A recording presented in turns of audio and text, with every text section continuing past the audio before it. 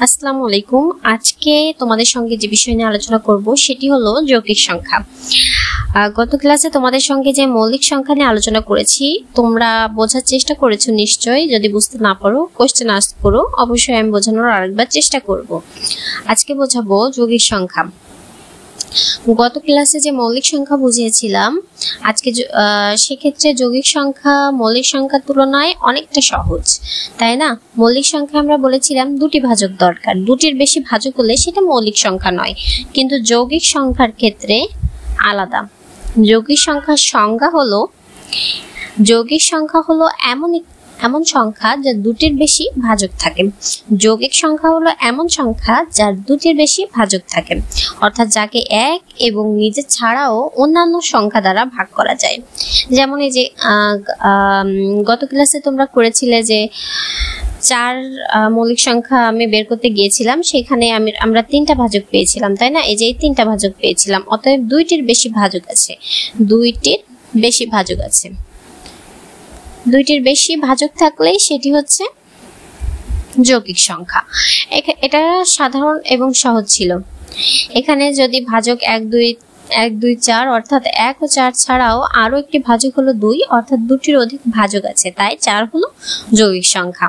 তাহলে আমরা যদি যৌগিক সংখ্যা এবং মৌলিক সংখ্যা নিয়ে আলোচনা করি, সেক্ষেত্রে কিছু সমস্যা এখানে দেখা দিয়েছে। সেটা হচ্ছে মৌলিক সংখ্যায় দুটি ভাজক থাকবে আর যৌগিক সংখ্যায় হলে দুটির বেশি ভাজক থাকা লাগবে। একটি বা দুটি থাকলে হবে না। যৌগিক সংখ্যায় একটিও না দুটিও না, দুটির বেশি অর্থাৎ 3টি 4টি 5টি 6টি এভাবে হাজারটি যদি তোমার ভাজক থাকে তাও কোনো সমস্যা নেই। কিন্তু একটিও থাকা যাবে না, দুইটিও থাকা যাবে না। তাহলে এক কি যৌগিক সংখ্যা? না, এক কিন্তু যৌগিক সংখ্যা নয়, মৌলিক সংখ্যাও নয়। এটা তোমাদের একটু নোট করে নিতে হবে। এক মৌলিক সংখ্যাও নয়, যৌগিক সংখ্যাও নয়, কারণ একের মাত্র একটি ভাজক আছে। এক যৌগিকও না, এক মৌলিকও না। অনেক সময় তোমাদের কোশ্চেনে আসতে পারে যে এক কি মৌলিক সংখ্যা নাকি যৌগিক সংখ্যা। তোমরা উত্তরে লিখবে যে না, এক মৌলিক সংখ্যাও না, এক যৌগিক সংখ্যাও না, কারণ মৌলিক সংখ্যা হতে গেলে দুইটি ভাজক লাগবে এবং যৌগিক সংখ্যা হতে গেলে দুইটির অধিক ভাজক থাকা লাগবে। কিন্তু একের মাত্র একটি ভাজক আছে, অতএব এক মৌলিক সংখ্যাও না, যৌগিক সংখ্যাও না। এটা আমি তোমাদের লিখে দেখালাম না, কিন্তু তোমরা অবশ্যই আমার কথা শুনে আস্তে আস্তে করে লিখে ফেলবে, তাহলে হয়ে যাবে।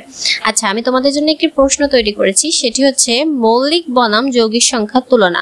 তোমরা কি পারবা মৌলিক এবং যৌগিক সংখ্যার তুলনা করতে? মৌলিক বনাম যৌগিক সংখ্যার তুলনা বলতে যদি তোমরা 3টি করে লেখো, অনেক সময় সংক্ষিপ্ত প্রশ্নে আসে বা বড় প্রশ্নেও আসে যে মৌলিক বনাম যৌগিক সংখ্যার তুলনা করতে। মৌলিক সংখ্যার যে ইয়েগুলো আছে সেটা হচ্ছে দুটি ভাজক লাগবে, মৌলিক সংখ্যা দুইটি ভাজক লাগবে। মৌলিক সংখ্যার সংজ্ঞাটা লিখে দেবে যে মৌলিক সংখ্যা হতে হলে দুইটি ভাজক থাকা লাগবে, কিন্তু যৌগিক সংখ্যা হতে হলে দুইটির বেশি ভাজক থাকা লাগবে। এক মৌলিক সংখ্যাও না, যৌগিক সংখ্যাও না। আবার হচ্ছে যদি তোমরা এটা লেখো, মৌলিক সংখ্যার ক্ষেত্রে ভাজক দুটির বেশি হওয়া যাবে না, যৌগিক সংখ্যা হতে হলে ভাজক দুইটির বেশি হওয়া প্রয়োজন। তোমরা এভাবে যদি একটু লিখতে পারো নিজেরা চেষ্টা করে, তাহলে অবশ্যই পারবে। যৌগিক সংখ্যা বেশি কঠিন না, যৌগিক সংখ্যা যে কোনো ভাবে তোমরা বের করতে পারবা। সমস্যাটা হচ্ছে মৌলিক সংখ্যা নিয়ে। তো মৌলিক সংখ্যার ক্লাসটা তোমরা যদি ভালোভাবে দেখো তাহলে কোনো সমস্যা হবে না, মৌলিক সংখ্যা তোমরা যে কোনো ভাবে বের করতে পারবা। আচ্ছা, আজকের মতো তাহলে যৌগিক সংখ্যা এ পর্যন্ত থাক। আমি আগামী ক্লাসে সহমৌলিক সংখ্যা তোমাদের শিখাবো, সহমৌলিক সংখ্যা নিয়ে বিস্তারিত আলোচনা করব।